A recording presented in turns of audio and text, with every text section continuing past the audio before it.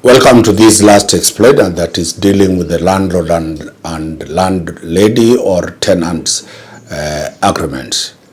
So we have given you scaring information from Court Helicopter News.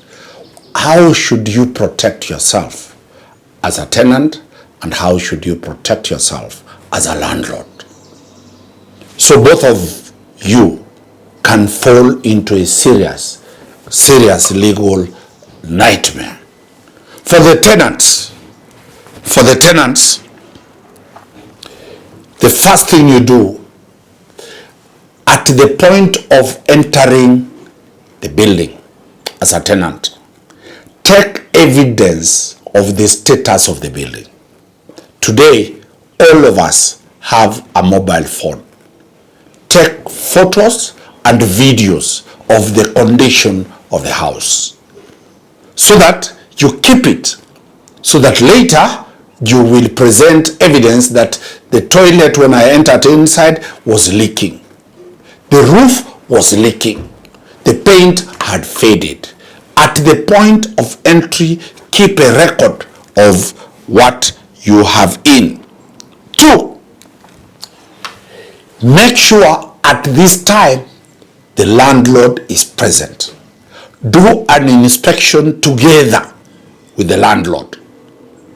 Take your records as the landlord is taking their records. Have a phone that has a date, a digital date that will show the date you took this. Keep it. Number 2, ask for an inventory. An inventory is what are the things that you have been given over. Make a joint inventory with the landlady or a landlord. Confirm that these are the things that you have been given and the conditions they are in at the time you are moving in. That inventory to be signed by both the tenant and the landlord. 3, after you are paid.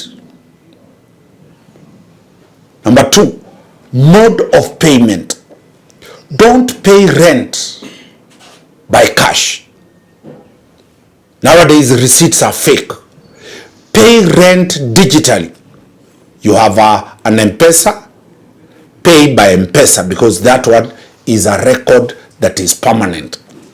Pay by check or pay by money transfer from your bank account.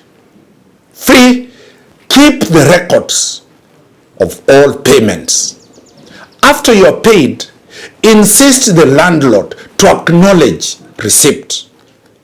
Let them give you an official receipt showing that the rent has been paid. And in that official receipt, if you are paying to an agent, make sure the actual date, the actual amount, and the purpose for the payment. If you are paying for apartment number 2, let it be that this is rent for apartment number 2, occupied by Vivian Simiyu. Let not it be written rent payment. It must show you are the person who has paid and for which house you have paid and for which month. That receipt is very important. Keep all those records for payments. Then we have the day you will leave. If you had paid deposit, make sure the receipt for deposit is expressed different from one for rent. Differentiate rent payment slip and deposit payment slip so that those are different. The day you leave, look at the lease agreement. When is the timeline to give notice? Give a proper notice in writing. Don't call the landlord kwa simu and tell her, I'll be moving out the end of the month. After you have given that written notice, the notice must be for 30 days. Don't give a notice less than 30 days. Give that notice. For example, if you are moving out on 31st of March, you give that notice on 30th of February, on 28th of February, before the new month starts. Make sure that notice is received.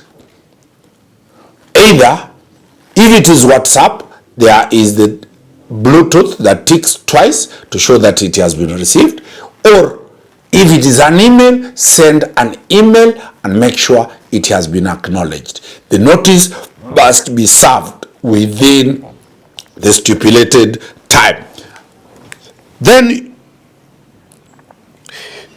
I've said the notice must be in a letter. Do a letter and serve that notice. Then we have the day you are moving. Ensure your landlord is present for you to do a moving out inventory, to check the status of you moving. Some of you will move. The landlord will come, demolish some few things in the house and call you back and tell you, I've come in and I've found the sink is broken, the switches are broken. So make sure he is present, or his authorized agent is present when you want to move out. Lastly, demand for your deposit after assessment has been done and mutually agreed that this is the damages that I occasioned this building. Make sure all communication with your landlord is in writing, so that whenever there is a dispute, you can go to court. Equally, if there is a lease, make sure you take that lease to your lawyer, the lawyer reads it, and you sign every page of the lease. Don't sign only the last page, because some scrupulous landlords will remove the first 2 pages and put their own terms there and leave the last page that you have signed. Sign and put a date, the day you signed that lease. Keep 1 copy in a very safe place, if not in an office of a lawyer, so that now comes as defense. If you follow this, you will be very, very comfortable. What about the landlord? How is the landlord supposed to deal with the money of the tenant? 1, the landlord must issue receipts for money received as rent. Every month, the landlord must acknowledge and give receipt. 2, the landlord must issue a deposit slip receipt showing how much money was deposited as deposit for utilities, deposit for rent. 3, the landlord must ensure at the entry of a tenant there is a tenancy agreement to be signed and an inventory of the status, actual status of his house. 3, the tenancy agreement must spell out everything clear. Is the tenant agreeing, allowing people to keep dogs, pets in the compound? If not, that must be in the tenancy agreement. The level of noise, Gen Zs make noise, scream the whole night with their bashes, that must be in the tenancy agreement. The level, the people how the house should be managed, some tenants will tell you not more than 5 people will be accommodated here. So those terms must be expressly be provided in the lease agreements. The timelines to pay rent. Is it on 5th? The law talks on or before 5th. So if that is not spelled out, that is a very, very serious issue. The amount to be paid, where to be paid, who should be paid. The landlord should be very clear, so that if the landlord is the wife, then the money should be paid to the wife, so that the husband does not come from somewhere, he's drunk, he comes and tells the tenant, nipe pesa, si unajua mimi ndio mzee wa mama, nipe pesa yetu. It must be clear who should be paid, which account the money should be sent to, so that the tenant does not get the husband, the wife, the children, the sons coming, the agents coming to ask for that money. And lastly, the deposit. Landlords keep that money. It is not your money. Some landlords take deposit, they go and buy cows. Some landlords take deposit, they go and buy the pro box for matatu. When the tenants want to leave, you will have to refund that money. If you fail to refund that money, I'm shortly going to tell you where you will be taken. The landlord should keep very neat files for records of all transactions between the landlord, and lastly, landlords, be very careful that we are dealing with the tenants who now know the law, tenants who have watched Court Helicopter and they know what the law says.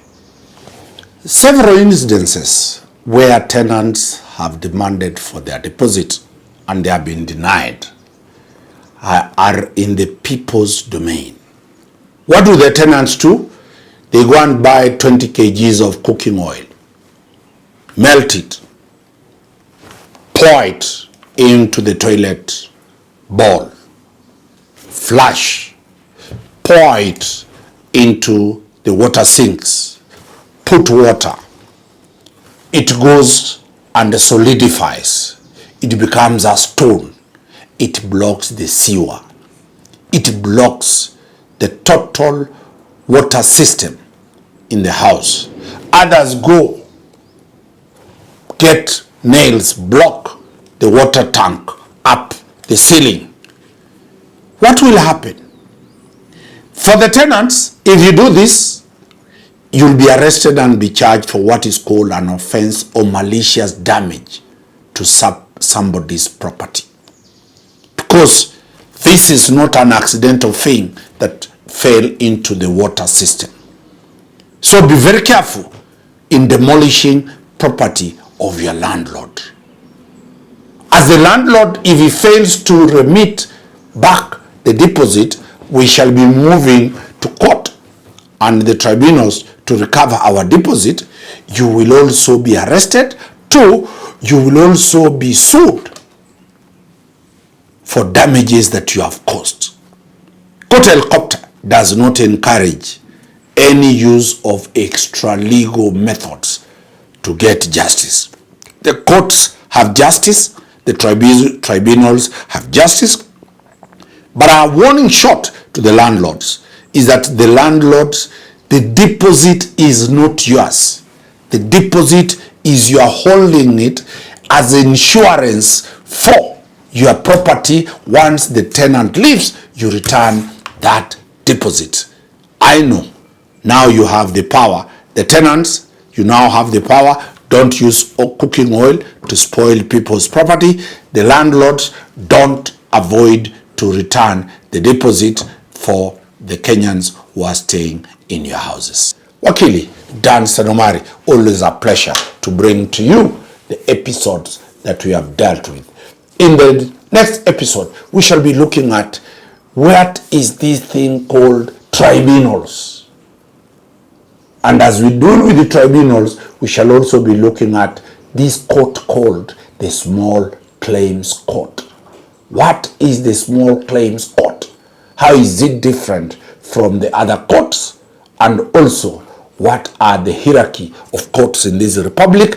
Where can you go for which court? Which matters go to the tribunal? Which matter goes to the constitutional court? Which matter goes to a Kadhi's court? Which matters go to the court martial? Wakili Dan Sanomari, always a pleasure to bring you this episode live from Court Helicopter News.